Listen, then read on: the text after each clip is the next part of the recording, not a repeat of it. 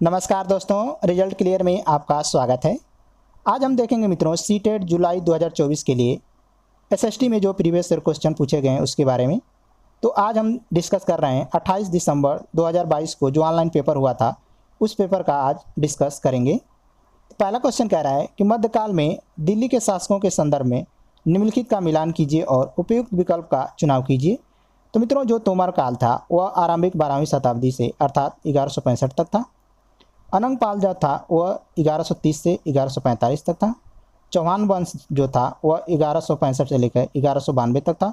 और पृथ्वीराज जो चौहान थे वह 1175 से लेकर 1192 तक शासन किए थे। तो सही उत्तर होगा ऑप्शन नंबर 2। नेक्स्ट क्वेश्चन देखते हैं। प्राचीन तमिलनाडु में डैश की बस्तियों को उर कहते थे। पहला है व्यापारियों को, कुलीन या अभिजातों को, खेतिहरों या किसानों को, शिल्पकारों को। तो सही उत्तर होगा मित्रों ऑप्शन नंबर 3, खेतिहर या किसानों को। प्राचीन काल में तमिलनाडु में मित्रों खेतिहर या किसानों की बस्तियों को उर कहा जाता था। अगला प्रश्न देखते हैं। मुगल साम्राज्य के पतन के संदर्भ में निम्नलिखित का मिलान कीजिए।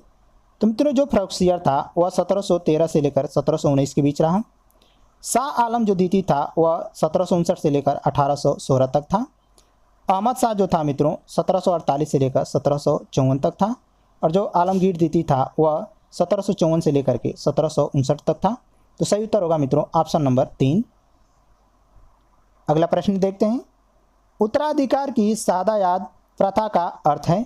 तो मित्रों सादायाद प्रथा वो होती थी जिसमें सभी पुत्रों को विरासत का विभाजन बराबर बराबर किया जाता था। तो सही उत्तर होगा ऑप्शन 4, सभी पुत्रों के बीच विरासत का विभाजन। अगला प्रश्न कह रहा है कि मराठी में लिखे भक्ति गीतों को किस नाम से जाना जाता है। तो मित्रों जो मराठी में भक्ति गीत लिखे जाते थे उसको अभंग कहते थे। तो सही उत्तर होगा ऑप्शन नंबर 4। अगला प्रश्न है। मौजूदा महाराष्ट्र में रहे संतों के बारे में निम्नलिखित कथनों को पढ़िए और उपयुक्त विकल्प का चुनाव कीजिए। पहला कथन है 13वीं से 17वीं शताब्दी में हुए कवि संतों ने सभी प्रकार के कर्मकांडों और जन्म आधारित तंत्रों का विरोध किया। तो मित्रों ये हमारा कथन सही है। 13वीं से 17वीं शताब्दी के बीच जो महाराष्ट्र में कवि संत हुए मित्रों वो सभी कर्मकांड और जन्म आधारित तंत्रों का काफ़ी विरोध किया। दूसरा कथन कह रहा है कि इन कवि संतों ने रोजी रोटी कमाने और विनम्रतापूर्वक जरूरतमंद साथी व्यक्तियों की सेवा करते हुए जीवन बिताने को अधिक पसंद किया। तो ये भी हमारा कथन सही है। तो सही उत्तर होगा मित्रों ए और बी दोनों सही हैं। अगला प्रश्न देखते हैं। निम्नलिखित में से कौन सा शब्द मध्य प्रदेश में घुमंतू खेती के लिए इस्तेमाल होता था। तो मित्रों जो मध्य प्रदेश था उसमें जो घुमंतू खेती होती थी उसको कहा जाता था बेवड़, जबकि पूर्वोत्तर भारत में झूम खेती कहा जाता है। अगला प्रश्न देखते हैं मित्रों, कथन और कारण से संबंधित है। कथनों ए और आर को पढ़ें तथा सही उत्तर चुनें। कथन ये कह रहा है कि डॉक्टर भीमराव अम्बेडकर ने बचपन में रोजमर्रा की जिंदगी में जातिगत पक्षपात झेला था। तो ये मित्रों हमारा कथन सही है। कारण देखते हैं कि डॉक्टर भीमराव अम्बेडकर के पिता एक सैनिक स्कूल में पढ़ाते थे। तो ये भी हमारा सही है मित्रों, लेकिन कथन की पुष्टि कारण नहीं करता है। तो सही उत्तर होगा ऑप्शन नंबर 2, ए और आर दोनों सही है, लेकिन आर सही व्याख्या नहीं करता है, एक ही। अगला प्रश्न देखते हैं मित्रों, ये भी कथन कारण से संबंधित है। निम्नलिखित कथनों ए और आर को पढ़िए और उपयुक्त विकल्प को चुनिए। कथन कह रहा है कि ईवी रामास्वामी ने भूतपूर्व मद्रास प्रेसिडेंसी में स्वाभिमान आंदोलन शुरू किया था। तो मित्रों ये हमारा कथन सही है। ईवी रामास्वामी ने मद्रास प्रेसिडेंसी में स्वाभिमान आंदोलन शुरू किया था मित्रों। कारण क्या है, उन्होंने ऐसा लोगों को समाज में जातिगत भेदभाव के खिलाफ संघर्ष कराने के लिए किया था। तो ये भी हमारा मित्रों कथन सही है, लेकिन मित्रों ध्यान में रखेंगे कि जो ईवी रामास्वामी जो थे वह स्वाभिमान आंदोलन जो चलाए थे उन्होंने ऐसे लोगों को समाज में जातिगत भेदभाव के संघर्ष को करने के लिए ही किया था। तो सही उत्तर होगा हमारा मित्रों ऑप्शन नंबर ए और आर दोनों सही है और ए की आर सही व्याख्या करता है। अगला प्रश्न देखते हैं। किसने जिन्ना के 2 राष्ट्र सिद्धांत का विरोध किया था। तो सही उत्तर होगा मित्रों ऑप्शन नंबर 4, मौलाना आज़ाद ने मोहम्मद अली जिन्ना के 2 राष्ट्र सिद्धांत का विरोध किया था। अगला प्रश्न देखते हैं। 1857 के विद्रोह के बारे में निम्नलिखित कथनों पर विचार कीजिए। पहला का है कि मई 1857 में भारी विद्रोह का आरंभ हुआ। तो मित्रों ये हमारा सही है। जो 1857 की क्रांति हुई थी वो मई में ही शुरुआत हुआ था। तो ये सही है। दूसरा कह रहा है कि यह उपनिवेशवाद के विरुद्ध सबसे बड़ा अप्रतिरोधी आंदोलन था। तो मित्रों ये हमारा गलत है। कह रहा है कि अप्रतिरोधी, जो कि गलत है मित्रों। ये प्रतिरोध में आंदोलन शुरू किया गया था। तीसरा कह रहा है कि इसमें सिपाहियों और जनसाधारण ने बड़ी संख्या में भाग लिया था, तो ये भी मित्रों हमारा सही है। तो कह रहा है कि कौन सा कथन सही नहीं है, तो सही उत्तर होगा मित्रों ऑप्शन नंबर 2, 2 केवल सही नहीं है मित्रों। अगला प्रश्न देखते हैं। ए और बी कथनों पर सहायक संधि के संदर्भ में विचार कीजिए और सही विकल्प का चयन कीजिए। पहला कथन है कि भारतीय शासकों को अपनी स्वतंत्र सशस्त्र सेना रखने की अनुमति थी, जो कि बिल्कुल गलत है मित्रों। स्वतंत्र सशस्त्र सेना रखने की अनुमति नहीं थी। दूसरा कह रहा है कि भारतीय शासकों को ईस्ट इंडिया कंपनी को भुगतान करना पड़ता था, तो ये हमारा सही है। तो सही उत्तर होगा मित्रों ऑप्शन नंबर 4, ए गलत है लेकिन बी सही है। अगला प्रश्न देखते हैं। निम्न युग्मों पर विचार कीजिए। इधर ग्रह दे रखा है, इधर कह रहा है कि अपने अक्ष पर घूर्णन का समय। तो यूरेनस मित्रों अपने अक्ष पर एक चक्कर पूरा करने में 17 घंटे 14 मिनट ले लेता है, तो ये सही है। नेपच्यून 16 घंटे 7 मिनट, तो ये भी हमारा मित्रों सही है। नेपच्यून अपने अक्ष पर घूर्णन का जो समय है वह 16 घंटे 7 मिनट में पूरा कर लेता है। शनि कह रहा है मित्रों, तो शनि कह रहा है कि 25 घंटे 40 मिनट, तो ये हमारा गलत है। शनि मित्रों 10 घंटे 13 मिनट में अपना एक चक्कर पूरा कर लेता है। कह रहा है मंगल, तो मंगल 9 घंटे 56 मिनट, तो ये भी हमारा गलत है मित्रों। मंगल 24 घंटे 37 मिनट में एक चक्कर पूरा कर लेता है। तो कह रहा है कि उपयुक्त में से कितने युग्म सही है, तो 2 युग्म हमारे सही है मित्रों, तो सही उत्तर होगा ऑप्शन नंबर 2। अगला प्रश्न देखते हैं। अंतर्राष्ट्रीय तिथि रेखा के बारे में निम्नलिखित में से कौन सा कथन सही है। पहला है अंतर्राष्ट्रीय तिथि रेखा एक सीधी रेखा है जो उत्तरी ध्रुव को दक्षिणी ध्रुव से जोड़ता है, तो ये मित्रों हमारा गलत है। अंतर्राष्ट्रीय तिथि रेखा एक टेढ़ी मेढ़ी रेखा है। दूसरा कह रहा है कि अंतर्राष्ट्रीय तिथि रेखा केवल जलीय भाग से होकर गुजरती है, तो ये मित्रों हमारा सही है। तो सही उत्तर होगा हमारा ऑप्शन नंबर 2। अगला प्रश्न देखते हैं। निम्नलिखित कथनों ए और आर को पढ़िए तथा उपयुक्त विकल्प का चयन कीजिए। कथन कह रहा है कि अपने स्थान से ध्रुव तारे का कोण मापकर आप अपने स्थान का अक्षांश जान सकते हैं, तो ये मित्रों हमारा सही है। कारण कह रहा है कि विषुवत वृत्त से दोनों तरफ ध्रुवों के बीच की दूरी पृथ्वी के चारों ओर के वृत्त का 1/4 है, तो ये भी मित्रों सही है।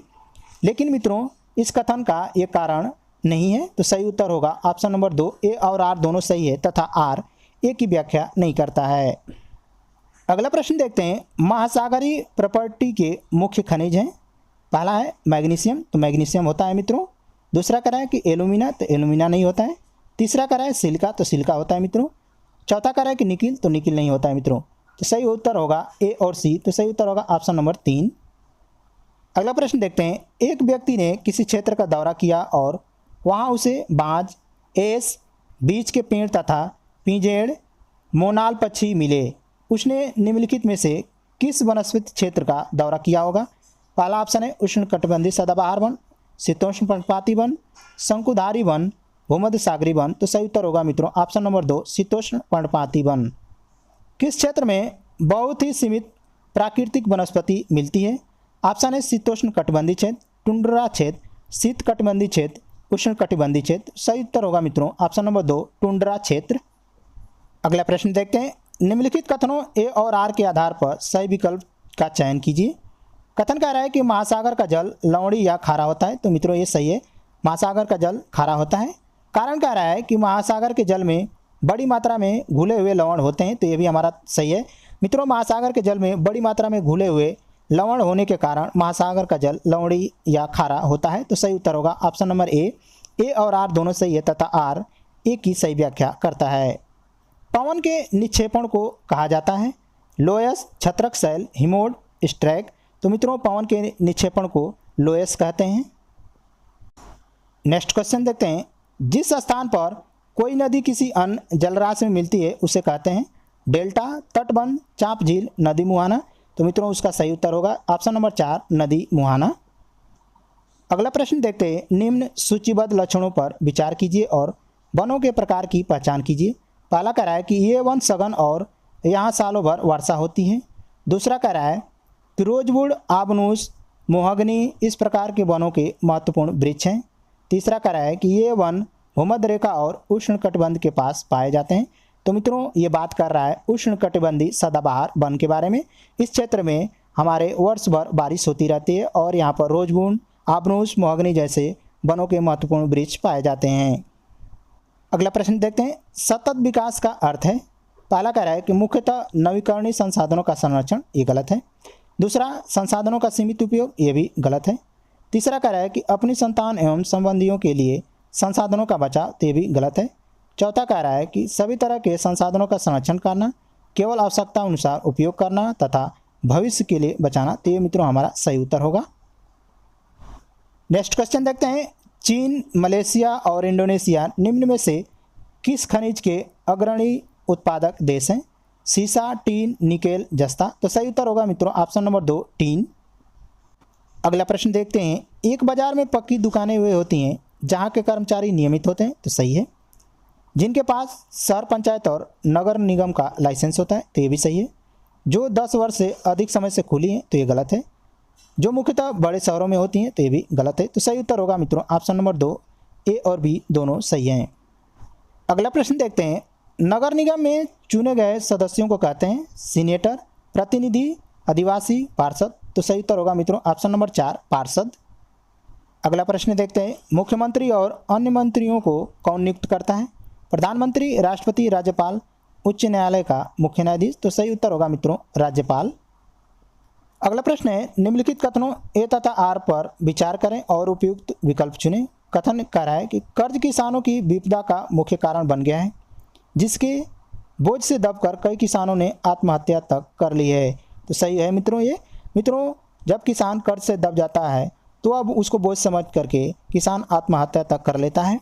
कारण कह रहा है कि छोटे किसानों को बीज, खाद व कीटनाशक जैसे सामानों को खरीदने के लिए साहूकारों से कर्ज लेते हैं, जिसे कई बार किसान चुका नहीं पाते हैं, तो ये भी मित्रों हमारा सही है। और मित्रों इस कथन का जो कारण है ये वो सही स्पष्टी करता है, तो सही उत्तर होगा ए और आर दोनों सही है तथा आर ए की सही व्याख्या करता है। अगला प्रश्न देखते हैं। भारत में किस तरह के श्रम को कानून द्वारा प्रतिबंधित किया गया है? कह रहा है कि बेगार, अनियमित, दिहाड़ी, संगठित, तो सही उत्तर होगा मित्रों ऑप्शन नंबर 2 केवल बेगार को। अगला प्रश्न है। भारत में सरकार के एक से अधिक स्तर होने की मुख्य वजह है? समुदायों की बड़ी संख्या, सीमांत क्षेत्रों की सुरक्षा, रियासतों को तुष्ट करना, ब्रिटिश शासन के समय व्यवस्था की अच्छी जानकारी, तो सही उत्तर होगा मित्रों ऑप्शन नंबर 1 समुदायों की बड़ी संख्या। अगला प्रश्न देखते हैं। निम्नलिखित कथनों पर विचार कीजिए। लड़कियों की तुलना में लड़के एक बेहतर स्काउट लीडर बनते हैं, तो ये सही है। लड़कियां फुटबॉल खेलने में अच्छी होती हैं, तो ये मित्रों हमारा गलत है। लड़कियां कोमल और अच्छी देखभाल करने वाली होती हैं, तो ये सही है। लड़के दबंग और उग्र होते हैं, तो ये भी सही है मित्रों, तो सही उत्तर होगा ऑप्शन नंबर 2 ए, सी और डी। अगला प्रश्न देखते हैं। निम्नलिखित में से कौन से भारत की संसद बनाते हैं? तो मित्रों संसद का निर्माण राज्यसभा, लोकसभा और राष्ट्रपति से होता है, तो सही उत्तर होगा ऑप्शन नंबर 4 ए, बी और डी। नेक्स्ट क्वेश्चन देखते हैं। किसी समुदाय के गेटोइजेशन की प्रक्रिया का नतीजा होता है उसका बाकी समाज से अलगाव, उनकी संस्कृति का विविधीकरण, अल्पसंख्यकों का संरक्षण, उनका सामाजिक सशक्तिकरण, तो सही उत्तर होगा मित्रों ऑप्शन नंबर 1 उसका बाकी समाज से अलगाव। अगला प्रश्न देखते हैं। फुटपाथ और ठेलों पर सामान बेचने को जीविकोपार्जन के अधिकार के रूप में देखने की एक तरह निम्नलिखित में से क्या एक कदम है? पहला है फुटपाथ और ठेलों पर सामान बेचने के लिए शहरों के कुछ इलाकों का तय किया जाना। दूसरा कह रहा है कि ठेलों और सड़कों पर प्रतिबंधित करना। तीसरा कह रहा है कि छोटी दुकानों को ठेलों की जगह स्थान देना। चौथा कह रहा है कि ठेलों और फुटपाथ पर सामान बेचने पर स्थानीय सरकार द्वारा कर लगाना, तो सही उत्तर होगा मित्रों ऑप्शन नंबर 1। तो मित्रों थे आज के प्रमुख प्रीवियस ईयर क्वेश्चन। मिलते हैं अगले वीडियो में, तब तक के लिए नमस्कार।